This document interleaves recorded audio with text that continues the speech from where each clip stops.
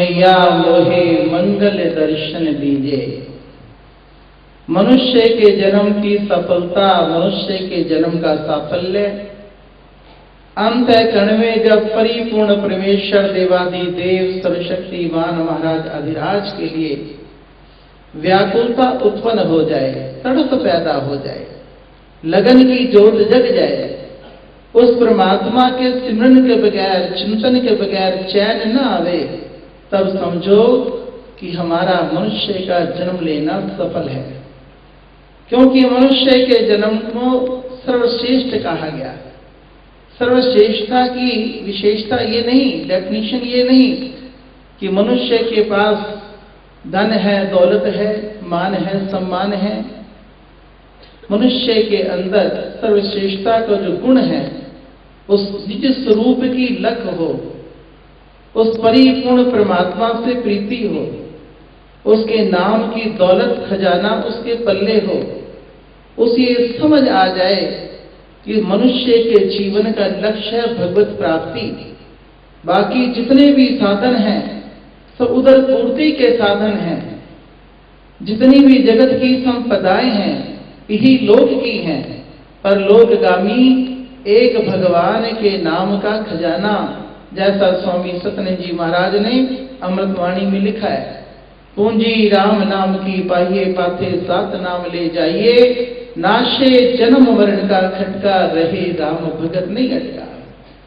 जिस प्रकार से कोई व्यक्ति ने रेलवे में अगर उसने एसी का टिकट कराया हुआ है तो एसी में ट्रेवल करता है, फर्स्ट क्लास का है फर्स्ट क्लास में। अगर कोई आदमी ने रिजर्वेशन नहीं कराया तो जनरल में बैठता है।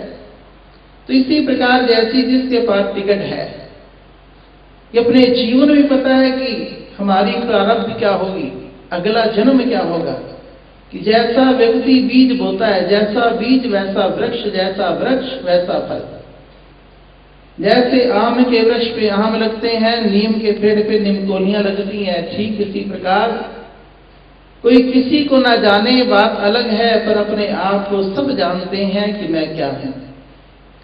अपने कर्मों का ज्ञान सबको है। परमेश्वर के भजन से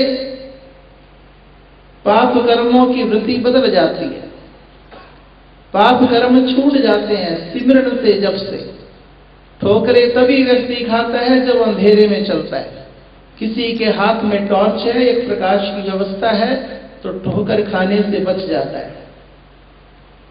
ठीक इसी प्रकार जब कोई संत रूपी सूर्य किसी के जीवन में आता है तो उसकी अज्ञानता का अंधकार दूर हो जाता है, उसे पाप पुण्य का ज्ञान हो जाता है, समझ आ जाती है।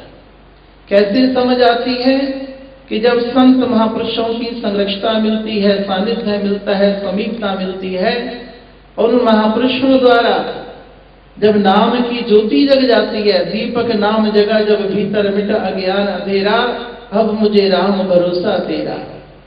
निशा निराशा दूर हुई सब आई शांत सवेरा, अब मुझे राम भरोसा तेरा। महामधुर हरि नाम पान कर मुदित हुआ मन मेरा। इस मन की प्रसन्नता जो परमानेंट है, टेम्परेरी नहीं, जो आज है कल समाप्त हो जाएगी, वो भाई और बहनों भगवान के भजन में है, सिमरन में है। अब प्रश्न उठता है कि भजन सब कैसे क्यों नहीं होता?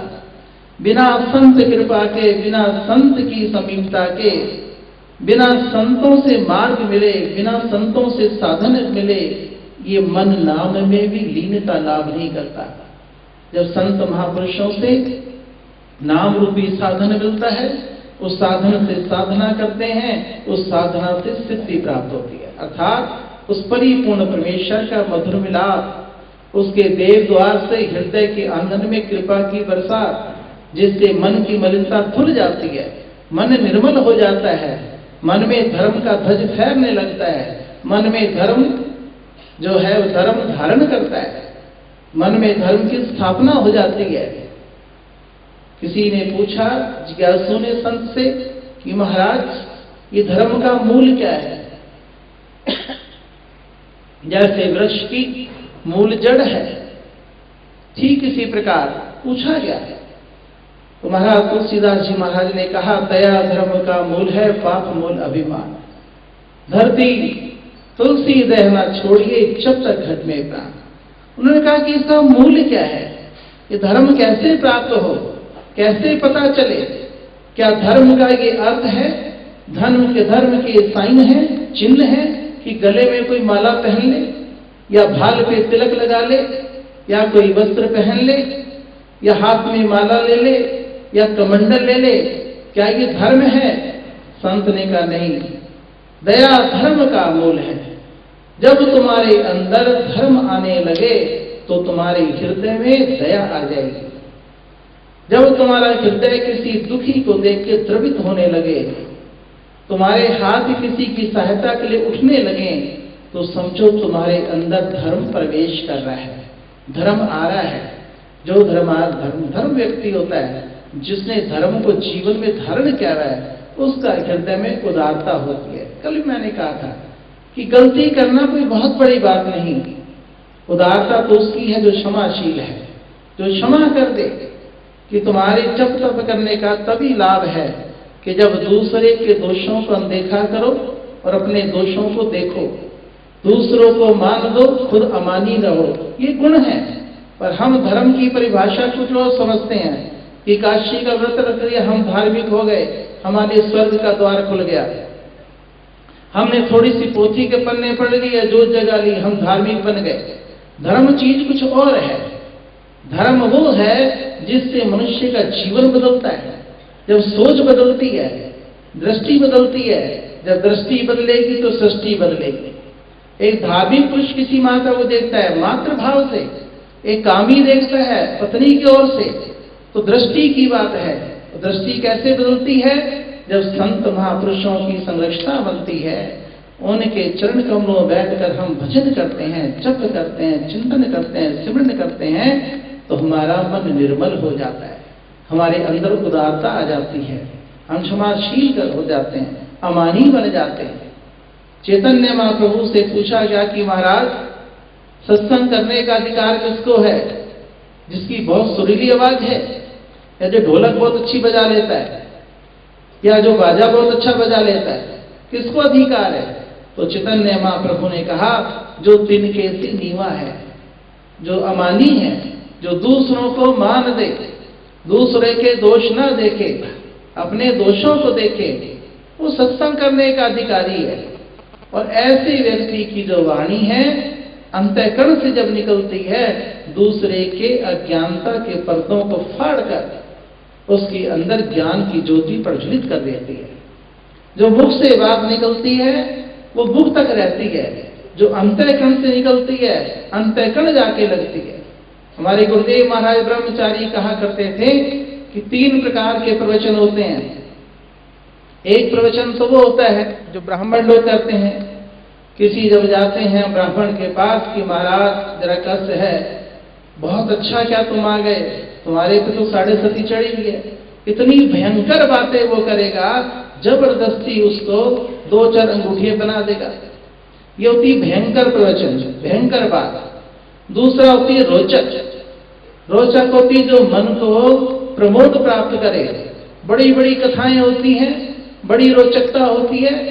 परसों भी मैं कह रहा था कि कथा करने वाले लोग जो गोपियों के योग की विरह की कथाएं सुनाते हैं, सच तो यह है कि गृहस्थी आदमी शादी में एक बार शेरवानी पहनता है, वो महात्मा रोज शेरवानी बदलते हैं।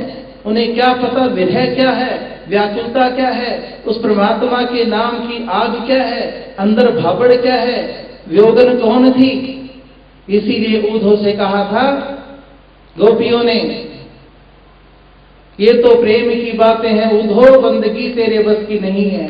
यहां सिर दे के होते हैं सौदे, आशिकी कोई सस्ती नहीं है। कि जब पत्र लेकर आते हैं भगवान कृष्ण जी महाराज का, तो गोपियों को दिया, गोपियों ने उस पर्चे को फाड़ कर फेंक दिया। उद्धव ने कहा, रे जिस ठाकुर की याद में तुम दिन रात आंसू बहाती हो, ये उसका प्रेम पत्र है। उसने कहा, उद्धव पत्र 2 व्यक्तियों के बीच में होता है, मैं और श्याम तो हमसे एक है, वो हमारे अंदर बसा हुआ है, हम उसके अंदर बसे हुए हैं। उन्होंने फिर रोती क्यों हो? कहने लगे, उसकी याद में रोने में भी सुख मिलता है, संयोग में संयोग का आनंद है, वियोग में वियोग का आनंद है। ईश्वर भक्त वही है, राजी हम उसी में जिसमें तेरी रजा है, और यूं भी वाह वाह है और यूं भी वाह वाह है। जरा सा प्रतिकूलता आई तो सबसे पहले संत महात्मा को, गुरु को निशाना बनाया और भगवान को निशाना बनाया। ये कौन सी भक्ति है? भक्ति तो बहुत बड़ी चीज है।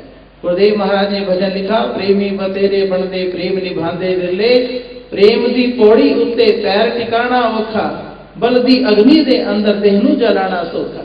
कि आग में देह को जलाना तो बहुत सुख है, पर भगवान के प्रेम के पथ पर पैर रखना कोई आसान नहीं। हसक मंसूर वागू सूली चढ़ जांदे वेले, भोगा दा चोगा चोगे उड़ संसार भाइयों, प्रेमी ते मंगदे केवल प्रीतम दा प्यार भाइयों। जो अपनी आराधना में, अपनी भक्ति में, चिंतन में, सिमरन में केवल परमेश्वर के अंदर परमेश्वर को ढूंढता है, वो साधक है, वो सिद्धक है, वो भक्त है, वो अच्छा जापक है, और उसकी वृत्ति, उसका मन उस परमात्मा के नाम रूपी सरोवर में डूब जाता है।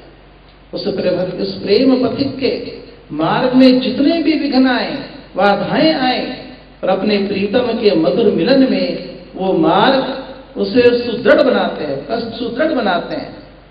वेद व्यास जी के पुत्र सुखदेव जी महाराज थे। आत्मज्ञान की चाह, आत्म कल्याण का भाव लेकर राजा जनक जी महाराज के दरबार में जाते हैं। जाकर मंत्रियों ने कहा, महाराज एक मुनि आया है।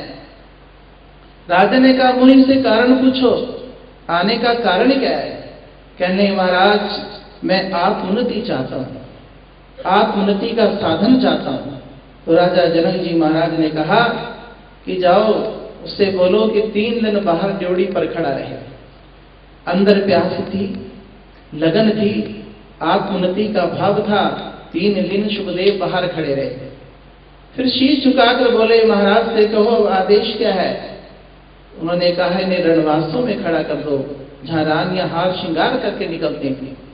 इस प्रकार सुखदेव उस परीक्षा में पास हुए। राजा जनक ने उनको फिर नाम दान दिया, शब्द की शरण दी। ऐसे नाम दिया जैसे कोई ब्राह्मण देव किसी मंदिर में मूर्ति की प्राण प्रतिष्ठा करता है। राजा जनक ने उनके अंदर अंतःकरण में हृदय के आसन पे नाम रूपी मूर्ति की स्थापना करी और अंतर्मुखता का मार्ग बताया। अंतर नाम उपासना सहज योग का मार्ग बताया। कुछ दिन रहने लगे। सुखदेव मुनि, ब्रह्मज्ञानियों की सभा चल रही थी। राजा के महल में आग लग गई। सुखदेव को याद आई, ओहो मेरा तो लंगोटा और सोटा बाहर पड़ा है महल में। राजा जनक जी के पास जाते हैं, महाराज सुखदेव मुझे थोड़ा बाहर जाना है। उन्होंने कहा, सुखदेव प्यास लगी तो जल मंगवाऊं?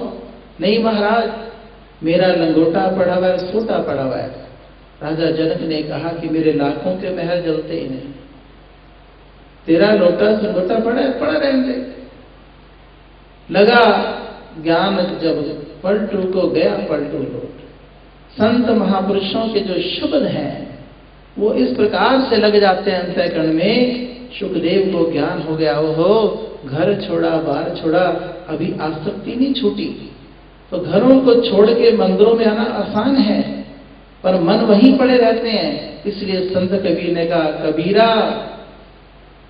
तन तो साधु संग है, मन दीना कहीं और, कहे कबीर को री गली कैसे लागे रहे। यहां आकर भी हमारी आसक्ति नहीं छूटती, पर स्नेह स्नेह माली सींचत सोघड़ा ऋतु आए फल दे। अभ्यास बहुत बड़ी चीज है। निरंतर अभ्यास करो, निरंतर सत्संगों में आओ। धीरे धीरे धीरे धीरे ये मन के अंदर धर्म का ध्वज लहराने लगेगा, धर्म की स्थापना हो जाएगी। तो संत तुलसीदास जी महाराज ने कहा, दया धर्म का मूल है, पाप मूल अभिमान। उन्होंने कहा पाप का मूल क्या है? उन्होंने कहा अभिमान, अहंकार। जो अहंकारी व्यक्ति है उसकी आध्यात्मिक उन्नति नहीं होती। वो ऐसे अवरोधक है जैसे किसी रोड पर बड़ी स्पीड में गाड़ी जा रही हो, स्पीड ब्रेकर आता है तो स्पीड कम हो जाती है। ऐसे साधना करते करते, सेवा करते करते अहम भाव आ जाए, अहंकार आ जाए। जितने भी सेवादार हैं, जितने भी नाम जपने वाले हैं, हमेशा जीवन में ये बात याद